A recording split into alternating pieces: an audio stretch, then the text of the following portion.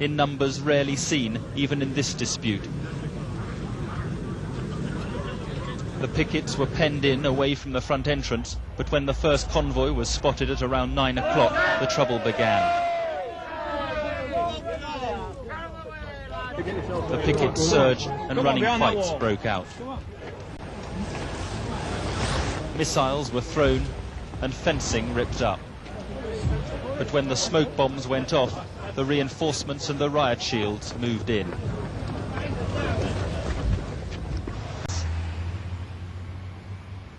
This afternoon, another convoy and more clashes as police drove back pickets, and again running battles between miners and mounted police. There were more injuries. Ambulance men wore special headgear as they led casualties away from the scene. There are clearly two conflicting views of who is to blame for the trouble. We've had riot shields, we've had riot gear, we've had police on horseback charging into our people, we've had people hit by truncheons, we've had people kicked onto the ground by the police, and the intimidation and the brutality that's been displayed are something reminiscent of a Latin American police state. One thing, though, is certain. The lorries did get through, and with the drivers saying they'll continue the coke runs, further confrontations appear inevitable.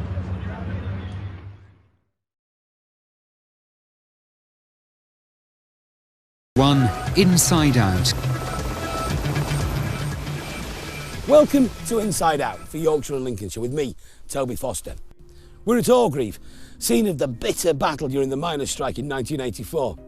Of course, there are two accounts of what happened that day, one from the miners, one from the police. Our man Dan Johnson has uncovered evidence which suggests that the police doctored statements, and that could have led to the culture which 5 years later on would see the cover-up at Hillsborough.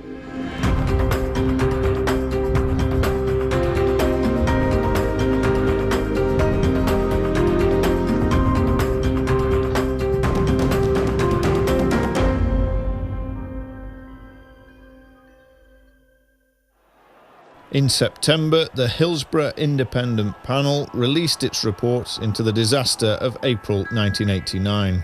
It revealed a catalogue of accusations against South Yorkshire Police, the Ambulance Service, Sheffield Wednesday and many others. But of all its shocking findings, what stands out is evidence that 116 police statements were changed in an attempt to shift the blame for the disaster onto Liverpool supporters. The new evidence that we're presented with today makes clear, in my view, that these families have suffered a double injustice. The injustice of the appalling events, the failure of the state to protect their loved ones, and the indefensible wait to get to the truth, and then the injustice of the denigration of the deceased, that they were somehow at fault for their own deaths.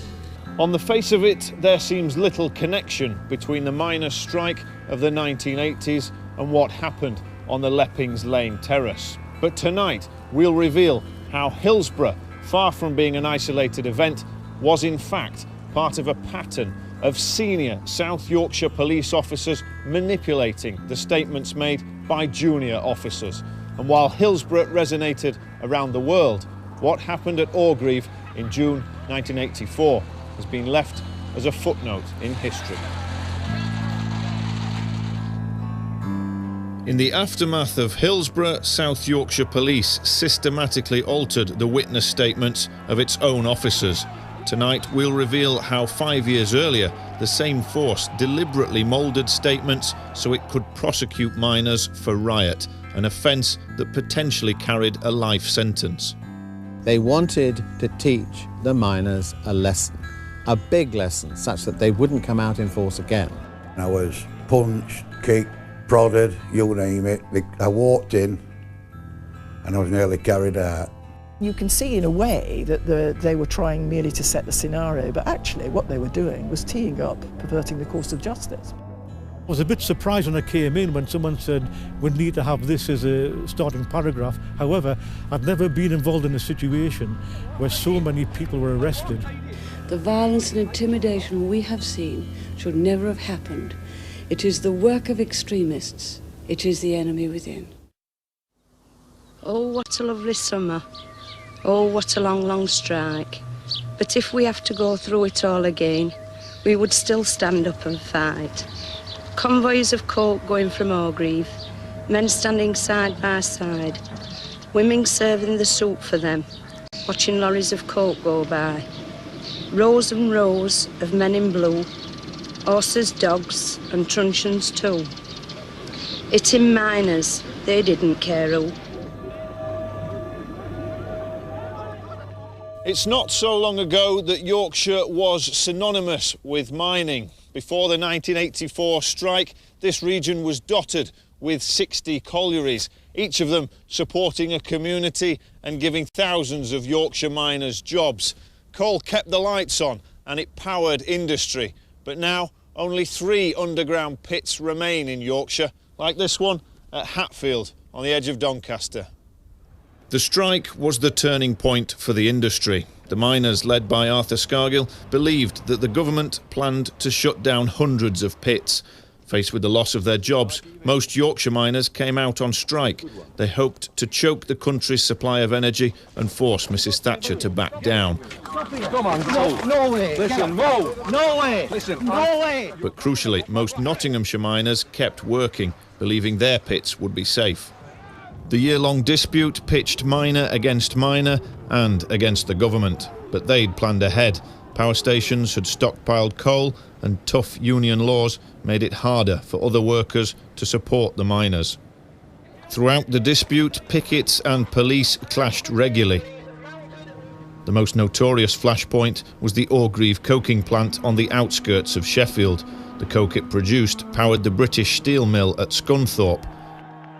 During the 1972 miners' strike, the National Union of Mine Workers had famously shut the Saltley coking plant in Birmingham by sending in flying pickets.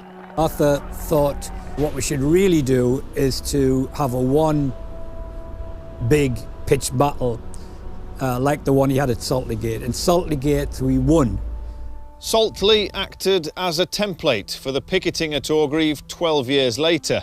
Only this time, the miners faced a police force and a government determined not to be beaten. Almost from the start of the strike in March 1984, miners had been picketing at Orgreave. We shall be coming here and we'll keep coming in force until we stop them wagons. We'll shut it down. We want that place. We want them men coming out, wheels and backing us. We want them stopping them wagons going in. Over the weeks, tension grew and things finally came to a head on June the 18th. That day, around 10,000 pickets turned up. There to try and stop them shutting the plant were at least 5,000 policemen from many different forces across the country. The man in overall command that day was the South Yorkshire Police Assistant Chief Constable Anthony Clement. The miners' strike is 100 days old tomorrow, and today brought the worst scenes of violence of the dispute. The violence lasted most of the day. By the end of it, 93 miners had been arrested. According to the official police report, 51 pickets were injured, along with 72 police officers. But as with Hillsborough, 2 very different accounts of what had happened emerged. We were like a phalanx of Roman legionnaires lined across the field. Obviously the coke lorries are coming through, infuriating the pickets, and so the level of missiles appeared to increase. Police horses were deployed, and then on the date in question, decision was taken. We were taken from long shields and told we were to deploy as short shield snatch squads. It was like a military plan. And when miners arrived in June, sunshine, bare-chested, and they've been picketing there for weeks and weeks, they expected it to be kind of the same ritual. You arrive, and the police are there in a great long line, and we push against it for 30 seconds, and then it's sort of over with, really, and the lorries go into the coking works. There was an understanding and acceptance that protest was their lawful and legal right, but these idiots who wanted to use the police as Aunt Sally's, the anonymity that their numbers gave them caused the problem. It started with just a general pushing and shoving, and it was fairly much okay. And then it started to escalate where 1 or 2 bricks and bottles came across. They had dogs on one side, they had police on horseback in the field. It was like a medieval battlefield. The rows upon rows upon rows of these great long shields, and up on the bridge into the village there were horses and cops across the road. So they were surrounded, and there were 10,000 miners, and there were a lot of police. And they just had, I mean, it's like the decision went from Clements and off they went.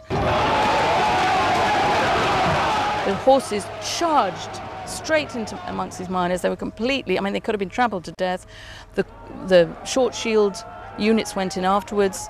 They grabbed people, they hit them over the head.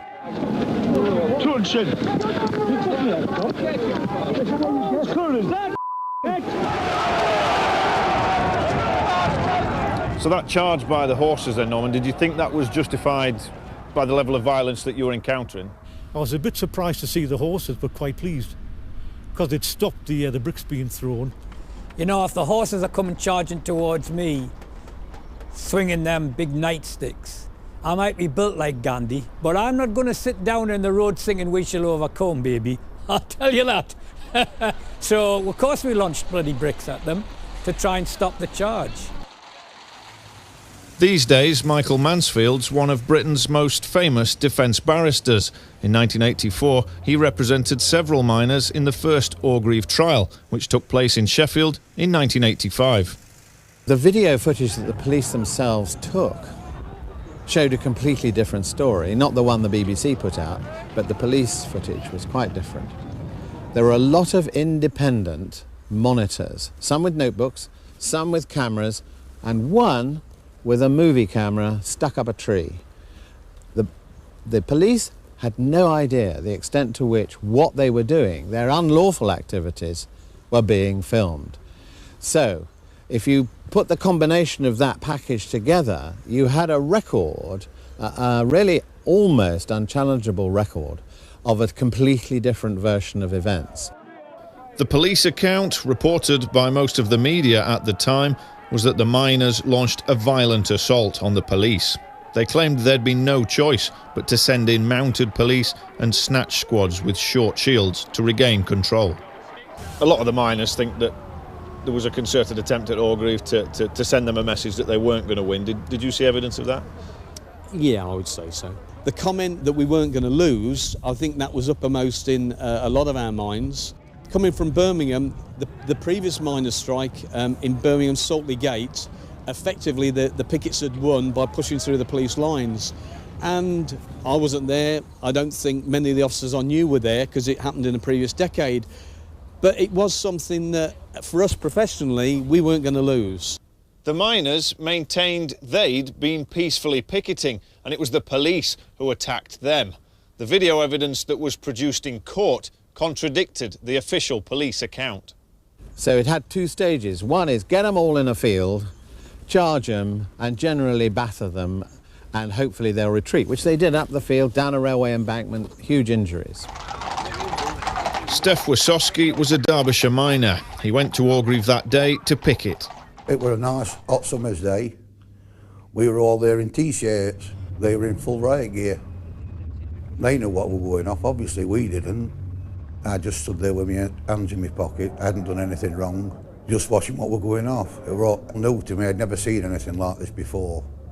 At next minute I seen all these policemen running up field. I looked round, see who they were running for. There were only me there left, so obviously they were after me. When they got to you, did you put up any resistance whatsoever? No, none whatsoever. So when they'd arrested you, what did you think was going to happen? I hadn't done anything, so I didn't think I would get charged. Obviously there was a lot of cameras there, and when it got to court there, they got all the photos of me being arrested at top of Hill with no injuries. And then when we got to the bottom of Hill, I'd got injuries and I were in their custody. So what sort of injuries did you have? Bruises, facial cuts, bleeding. So you got a bit of a kick-in then? Oh, I got a very big kick-in, yeah.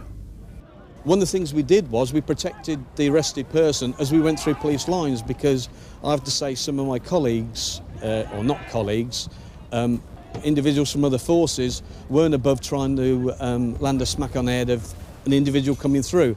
I wasn't happy about that. My prisoner, he gets to the holding centre in the state in which he was arrested. I didn't want someone who'd been injured who would then make allegations against me. I said, what are you arresting me for? He says, throwing stones at policemen. I says, look at my hands, I haven't done anything. He says, they all say that. So then I was marched downfield, both arms up my back, got to police line.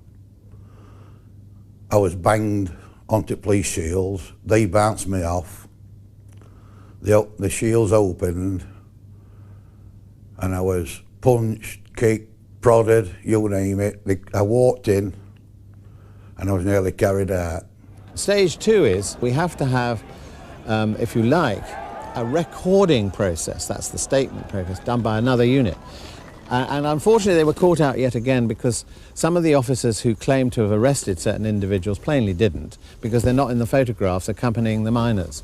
So basically the second stage process, the investigation and the recording of what happened on the field, if you like, at Orgreave, was a contrivance. Another barrister who defended the miners in court was Vera Baird. Officers signed statements saying they'd seen A, they'd seen B, they'd seen D, important symptoms of disorder, but actually we got the logbooks of the vehicles and many of them hadn't even left home by the time those things had happened and been taken away. So it was a clear plan to make this escalation of the gravity of the charges really work. I think the allegation is that we had statements dictated to us or something similar. I was not dictated to with regard to the statement, but some of the statements in public order situations can seem formulaic. So where officers, or in my statement it talks about I was frightened, I was apprehensive, etc., those are the forms of words that you use because in terms of the Public Order Act, or it was actually common law then, those are the things you express. The Hillsborough Independent Panel report accused South Yorkshire Police in 1989 of making a concerted effort to remove damaging references from officers' statements. The panel found 116 police statements that had been altered to fit the narrative that Liverpool fans were drunk and ticketless. Later, some officers even falsely claimed to the press that supporters had stolen from the dead and urinated on people, while police officers attempted to save lives. At Orgreave 5 years earlier, the manipulation of statements appears to be even more organised than at Hillsborough. In 1985, the first 15 miners charged with riot were put on trial here at the Old Sheffield Crown Court, but the case collapsed after 16 weeks in spectacular style when it became clear the police evidence wasn't reliable. One officer, PC Stephen Hill, said under cross-examination that much of his statement had been narrated to him. PC Hill's version of events tallies with former Inspector Norman Taylor's recollection of what happened when he was asked to write up his statement. I mean, it was like a big room, there were different parts of the room. And I recall this policeman in plain clothes mentioned that he'd had a good idea of what had happened, and we were from different police forces, and that there was a preamble to set the scene. And he was reading from some paper, a paragraph or so, and he asked the people to use that as their starting paragraph. So you copied down what he told you to write? So that paragraph, I think, was basically the time and date, the name of the place. There were guys from the Met who hadn't a clue where South Yorkshire was. In fact, it was more than just one paragraph. The arresting officers may have thought they were simply describing the scene at Orgreave, but why did South Yorkshire detectives dictate a form of words to the officers? It seems clear the fact that the exact same phrases appeared in dozens of statements was no coincidence. To take just one example, 31 officers from 4 different forces used this identical phrase. As we stood there in the line, a continuous stream of missiles came from the pickets into the police line. There were no shields being used at this point. We got hold of around 100 police statements from Orgreave, and what you find in them is fascinating. Officer after officer from forces across the country used the same phrases over and over again. So was it the intention of the police from the start to build an exaggerated case of riot against the pickets? And that charge of riot matters. The common law offence dates back to the medieval period.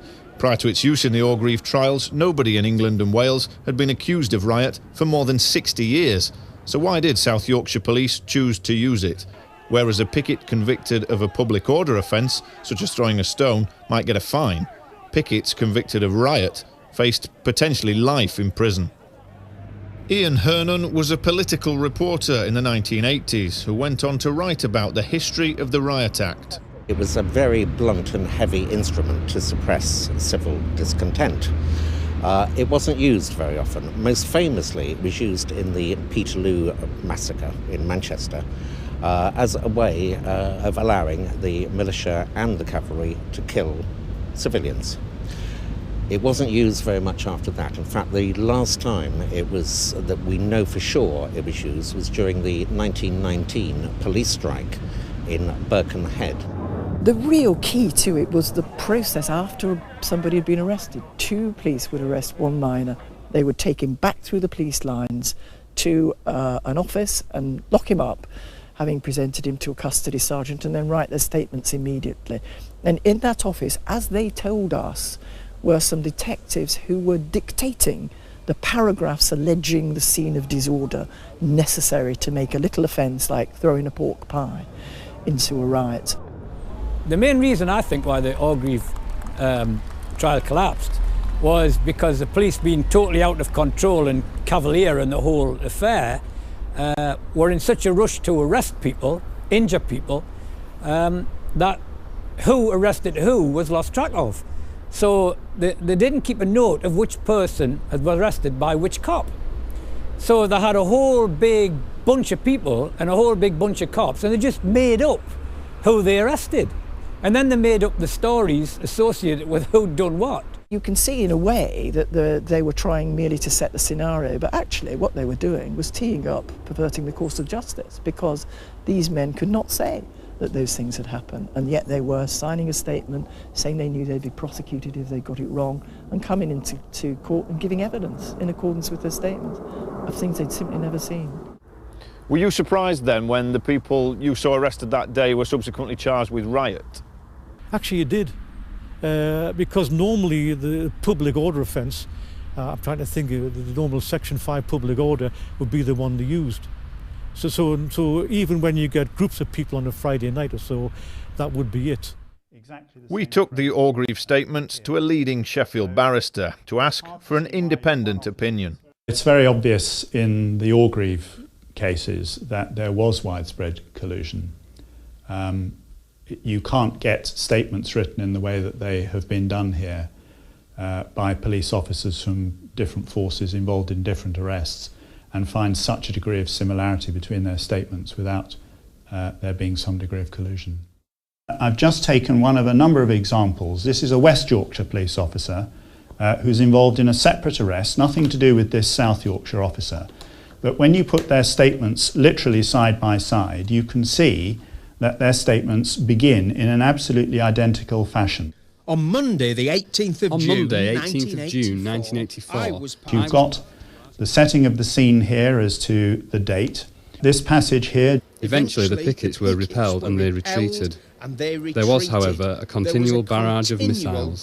Exactly the same in the 2 statements. That's word for word. Absolutely. And then here, an interesting phrase, periodically there were missile throwing from the back of the picket ranks. But apart from this, there was no trouble. Now, some other statements have the first part of that, but leave out that second bit. But there are literally several dozen examples of police officers who've used exactly the same phrase there. I was, frankly, shocked by Orgreave, by the deliberate nature of putting together this case against men who were, after all, you know, some of them might have been occasionally violent, many of them absolutely were not, but after all of them were simply trying to fight for their jobs, and that's what they were doing. So I was shocked at the extent of politicisation of the police, to some extent of the criminal justice system generally. And how strong do you think the evidence is that that cover-up that was enacted after Hillsborough was in their culture already at the time of Orgreave? Well, it's I think the evidence is strong. This seems to, what happened at Orgreave seems to have been on the basis that the police just assumed that if they gave a particular account of the day's events, nobody would challenge them, or nobody that they thought mattered would challenge them.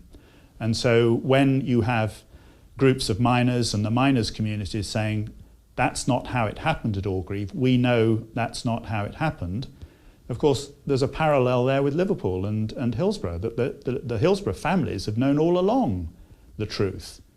But it was an attempt by the police to set the agenda according to the fact that I think at the time they did feel that they could say these things and nobody who mattered was going to challenge them, as indeed is the case, because nobody outside of the trial, nobody did challenge them and bring them to book. In those days, every morning at 11 o'clock, we would all troop over to number 10 Downing Street, and the press secretary of that time would brief us on Margaret Thatcher's attitude. Now, even though it's a long time ago, almost daily, what we heard was the miners described as a bunch of yobs or yobbos, that was one of the favourite phrases, and how dare they hold the country to ransom. When we queried police tactics, we were simply told that anyone who challenges the government or bad-mouths the police is the enemy within. No doubt at all it was political. I mean, before Orgreave, I'd obviously done other cases, and although there has been, by the establishment, a continual denial that we have political trials in the United Kingdom, in fact, they're a little more subtle. They don't call them political trials, and it's not a political offence, but essentially the momentum is undoubtedly political. And so far as 1984, and there were earlier strikes as well, this was clearly a political battle between, and a political imperative. Thatcher saw the threat from the NUM as being subversive, and that's how they became the enemy within. So what could be more political than that? The notable thing about it is that because it didn't succeed, it was a mass acquittal, very little's been made of it. If they had been convicted and then acquitted again years later, that somehow hits the spot in a way that an acquittal didn't. So there is no doubt that amongst some cases where, I mean, for instance, Stephen Kisco, that was pure dealing with forensic stuff. This is much worse than some of those cases, though it's not dissimilar to the kind of Birmingham 6 situation. It is a miscarriage of justice, but not in the normal sense of the word. Obviously, if they'd been found guilty and then had to go on appeal and then they got off later, those are the famous miscarriages of justice. But there's a much bigger miscarriage of justice here at Orgreave, and it's not isolated because we see the same thing at Hillsborough. Not a single police officer was prosecuted.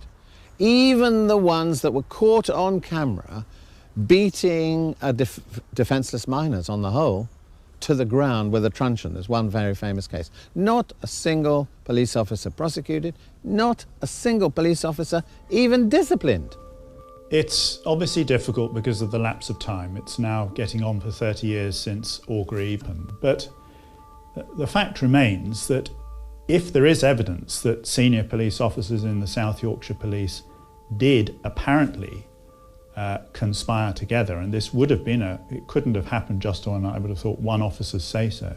If there's evidence of a conspiracy to pervert the course of justice, then in principle, why should they be allowed to live out their retirements on their pensions with immunity? We asked South Yorkshire Police to appear in this film, but they declined. They told us in a statement they note the issues raised by the programme and they'll consider whether any review is necessary. They've pointed out that no adverse comment was made by the judge at the time of the original trial. There's no doubt that in the miners' strike, the police reputation in mining areas just went crashing to the ground. I was still practising in the northeast for many years after the miners' strike. If there was a case and the evidence was between a police officer and a member of the public, there would never be a conviction. So I think they reaped a very bad reward over many years. There's still quite strong feelings against the police in mining areas even now. For many people, the Battle of Orgreave had been consigned to the history books, and yet for the miners involved, there's always been a sense of injustice. 28 years on, South Yorkshire Police is a very different organisation today, and yet, as with Hillsborough, the actions of the force in the 1980s are coming under far greater scrutiny now than they ever did at the time.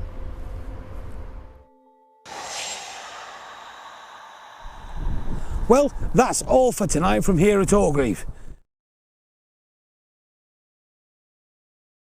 Skinner, why is it that 31 years is too long for an inquiry, and yet 31 years is not too long for this government to hide the cabinet papers on the strike and refuse to release them? Why is it so long that we now know that the Thatcher government was going to close 75 pits and not 20? The truth is that this nasty party has now become the nasty government that is more concerned about preserving the Thatcher legacy than it is fighting for truth and justice.